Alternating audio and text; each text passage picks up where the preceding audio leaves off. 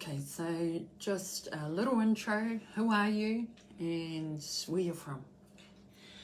Kia ora whānau. My name is Michele. I'm 58 years old.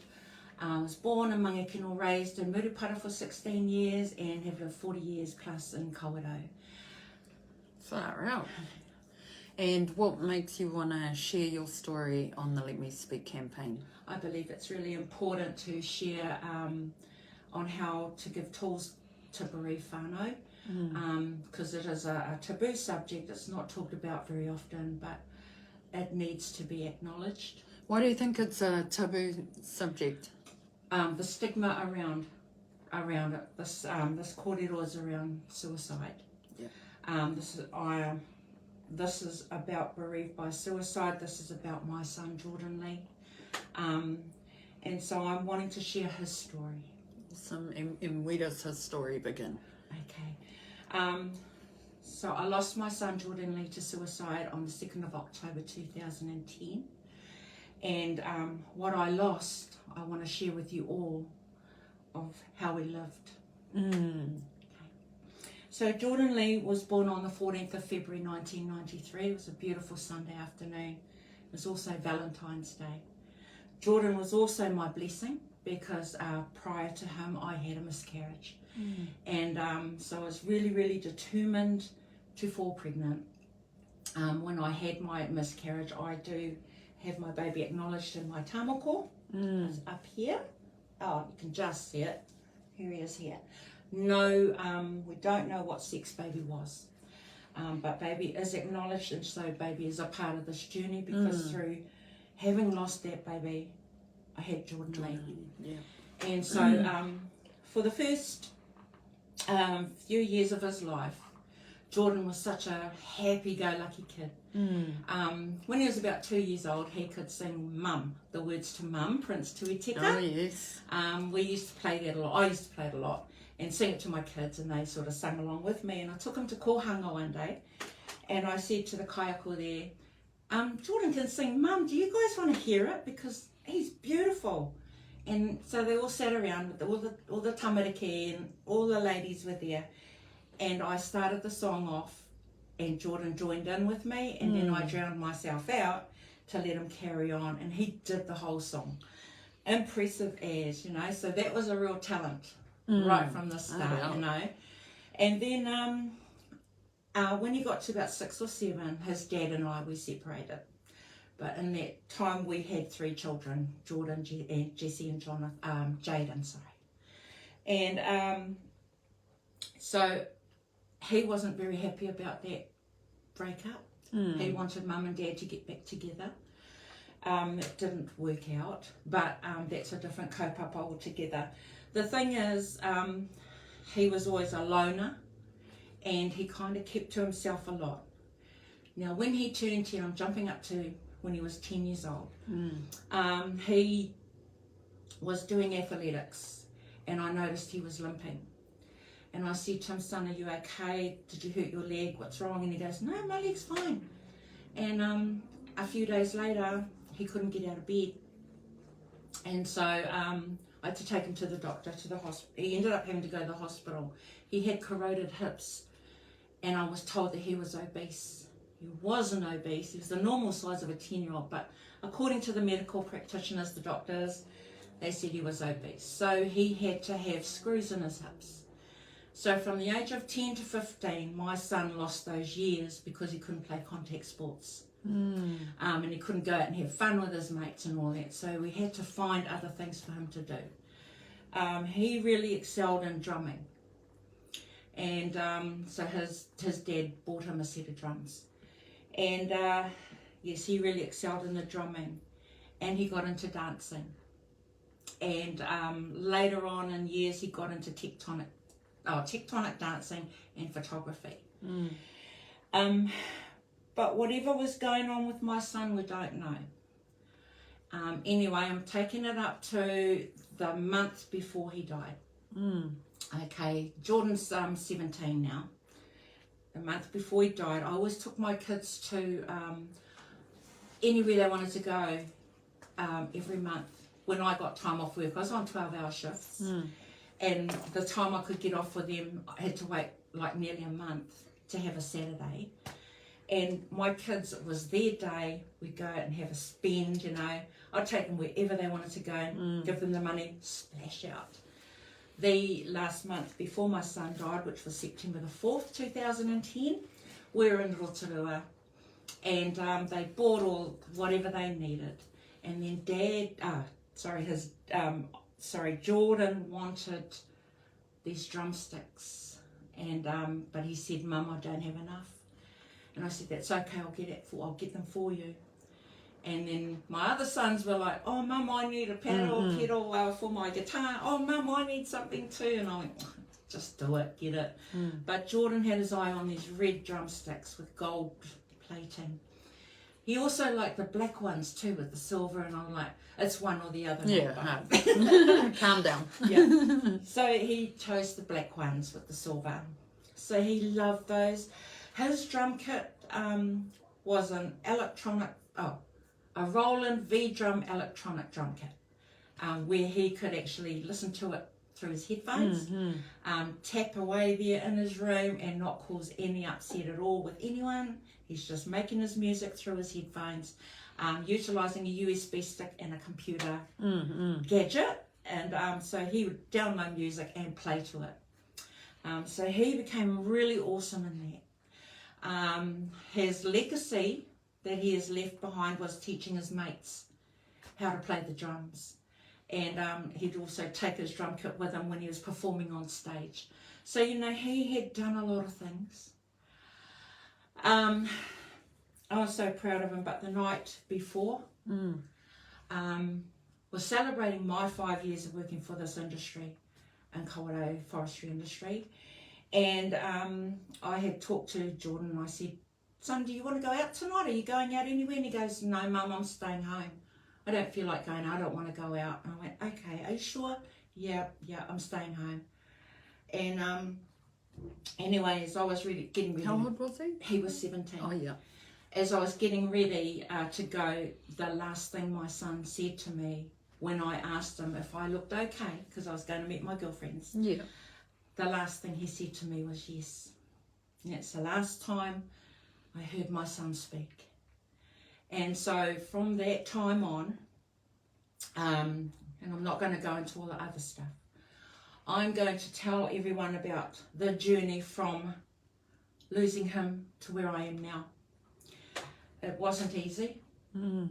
As a bereaved parent, you're lost. You're trying to comprehend what's happened. You're asking questions and why this happened, and you're going through all the grieving, all the emotions you could ever come across.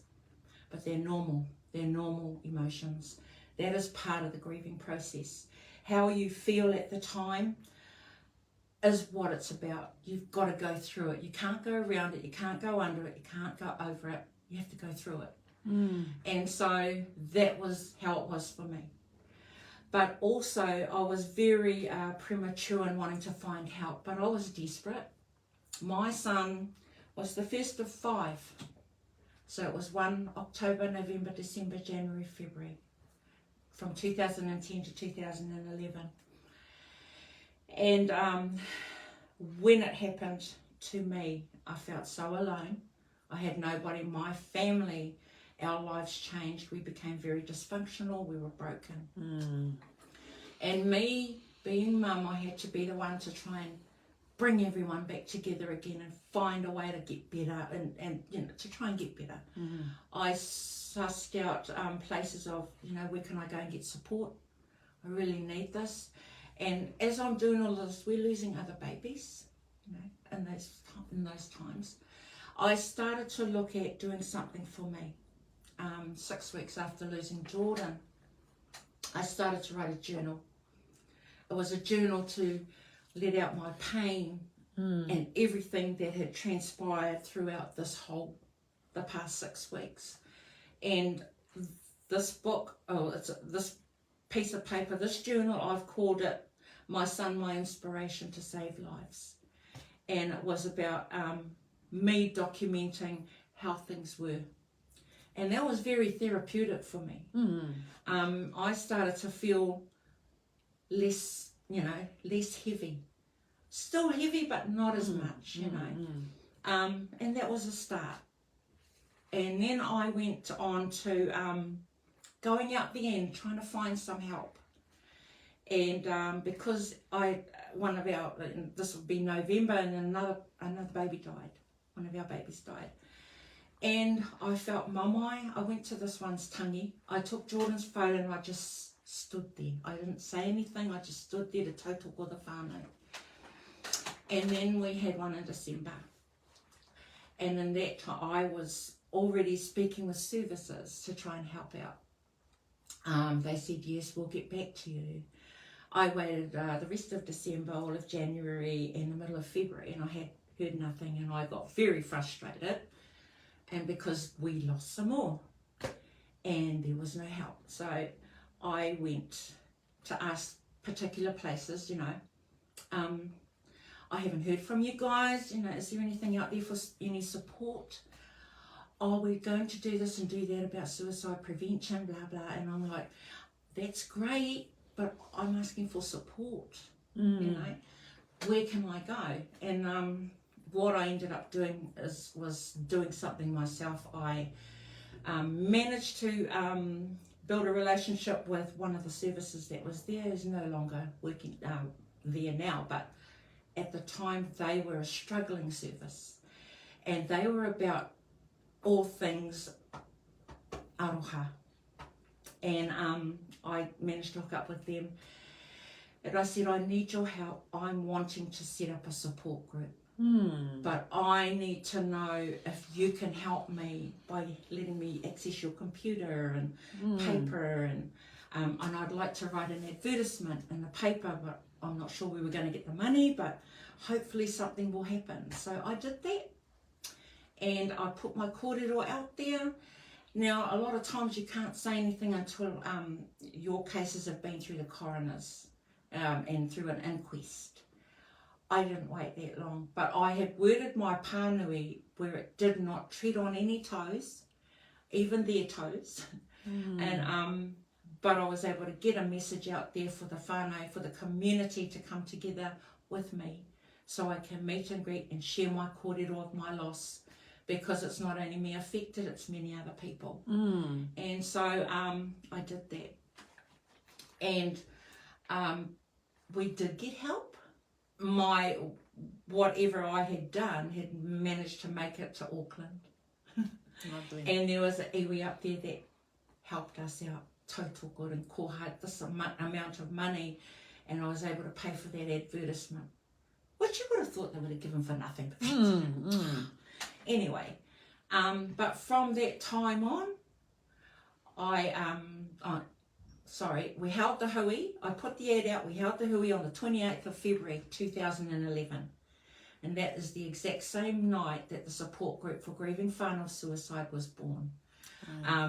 When I shared my kōrero, we had about 100 plus people turn up, and it was, because they wanted to be there to tautoko. And what ended up happening was, and beautiful, was other whānau started to get up and share. And so it was through them that we got this going. And to this day, I carry them with me because they're a part of my journey as well. And it's been helpful, because through the sad circumstances of losing my son, it actually made something come from that, which meant helping other families to be able to cope. It was not easy to cope, but I had to get through it and find out all the ways that I can make things better for me, and then make things better for my family and help my family. And it was very trying at times, because you get people who are judgmental and people who will say this and that and you need to get over it and stuff like that. I do not listen to people who say that to me. I used to. I used to take things hard, real hard. But I learnt that I can't carry everyone else's mamai. I have to do this for me. And so I learnt over the years that the support group I have, they share their kōrero, and that's beautiful and great, but I don't have to hold it because I have my own to carry. And so we have that understanding that we can share our kōrero, but what you share with me is helping me, and what I share with you is helping you, which it is. And so it's growing and giving whānau that support and knowing that they're not alone, that it's okay to not be okay, that it doesn't matter what anyone says, this belongs to you, and how you go through it is in your own time. And it's not about what everyone else tells you to do, you know, it's about you being yourself and owning it, because never feel embarrassed or ashamed for what's happened. You know, you cannot control everything. It's happened. What you can look out for and control is yourself and how you're going to move forward from this. Everyone's different. Everyone grieves differently. And some will get through it quickly, some won't. The ones who are straggling or behind are the ones you need to help pick up. You know, and so being able to kōrero with anyone who wants to hear and all that, it's up to the whānau themselves to make that decision to want to kōrero. And so there's no pressure from us. We're about being there, just being. And as long as whānau know we're there, you know, that's even helpful too. I had an issue, well, not an issue, but I had problems with my own kids. They're going through this themselves in their own way. And a couple of my boys were angry at their brother for what he did. And so on top of my grief and everything, they threw that at me. I had to carry their upset as well. I took it. I took it as much as hard as it was to kind of carry on. I carried all of that with me. I carried the fact that my relationship too was getting toxic. I carried all of that, and I thought, I'm going to get better. I'm going to find help. I'm going to do this. And I kept going. I kept going, knowing that I was very heavy, because I thought, okay, I'm letting all the layers go, but they're coming back. But they're heavier this time, and it's not just having lost baby, it's everything around me, my own family, because they were struggling too. But who else to give it to but throw it at mum? That's how it was for me. But I managed to get through by just trying to focus on where to from here. How am I going to do this? And I had to sort of believe in myself to be able to carry this out. Because if I do that, I can be able to do whatever I can to get myself well. And that's what I've done. So through my boy's loss, I've strengthened. Through my boy's loss, he's helped a lot of people. We have helped a lot of people. It was a learning. As hard as it was, you know. I could go on about more things with Jordan. But the thing is, I could say that, you know, I'm never going to see him again and all that, but I see him every day. I look in the mirror and I see him. I look at his brothers and I see him. I look at his dad and I see him. He's alive in all of us. He may not be here physically, but he's here. And we carry him every day. And so does everybody else. They carry their babies with them every day. They're with you every day. I know it. I feel it. These feathers on this photo here were feathers that were dropped beside me not long after he died. And I picked them up because to me they're like messages. They're messages. Him being a Valentine's Day baby, every heart I see, I've even got a tattoo over here, hearts, reminds me of him. Valentine's Day is his day, his birthday. And he will forever be a reminder that there is hope. There is hope for anyone and everyone.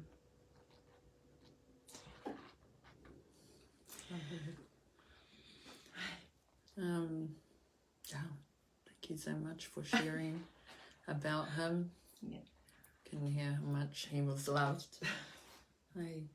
It's what I'm going to lose. I'm never going to see him get married. I'm never going to see him have his first job or his first car. I'm never going to see his children. But what I do treasure and love the most is I had my son for 17 years. And that's what I'll always carry. But he'll live in us every day. Love that. Love that so much. Is there anything else that you wanted to share with us? I actually had it panned out of what I was going to say and share with the fun and everything like that. It hasn't worked out that way. It's kind of come out quite mumbled, and I aroha mai for that. No, it was all good. But I hope I was able to give some messages out there to help you out. But if you ever need any help at all, I'm available. You know, I'm happy to help kōrero with you. You know, I've come across quite scared and a bit nervous, but really I am quite confident. Yeah. How do they find you? I will actually comment on this afterwards. Yeah, if they can. And we'll work out how to contact me if they wish to. Yeah. Or I can talk that with you. Or if you put a message in the comment section of this live stream, and then whānau can find you in there. Yeah. That'll be great, because you know I'm happy to have that kōrero with whānau, because it's about those who are struggling. And we need to be able to look out for ourselves. We're for each other. And each other. Right, Just be kind, be generous, be gentle. Awesome, Michele. Well, on behalf of CWK, I just want to say thank you so much for sharing your journey with us, and also you're the last speaker for our Let Me Speak campaign. So thank you so much for sharing with us tonight. I've actually absolutely enjoyed it. I just want to say a thank you. I'd like to actually thank all our whānau that have spoken this whole week. I'm so proud of them all. They did so well. They have opened the doors for many people to kōrero. That's great. I want to thank you and Anne-Leah for all your time and efforts, everything going towards making this happen. Beautiful kaupapa. Thank you. I hope you hold many more like this. And all the whānau out there that have been supporting this, absolutely beautiful. Kia ora.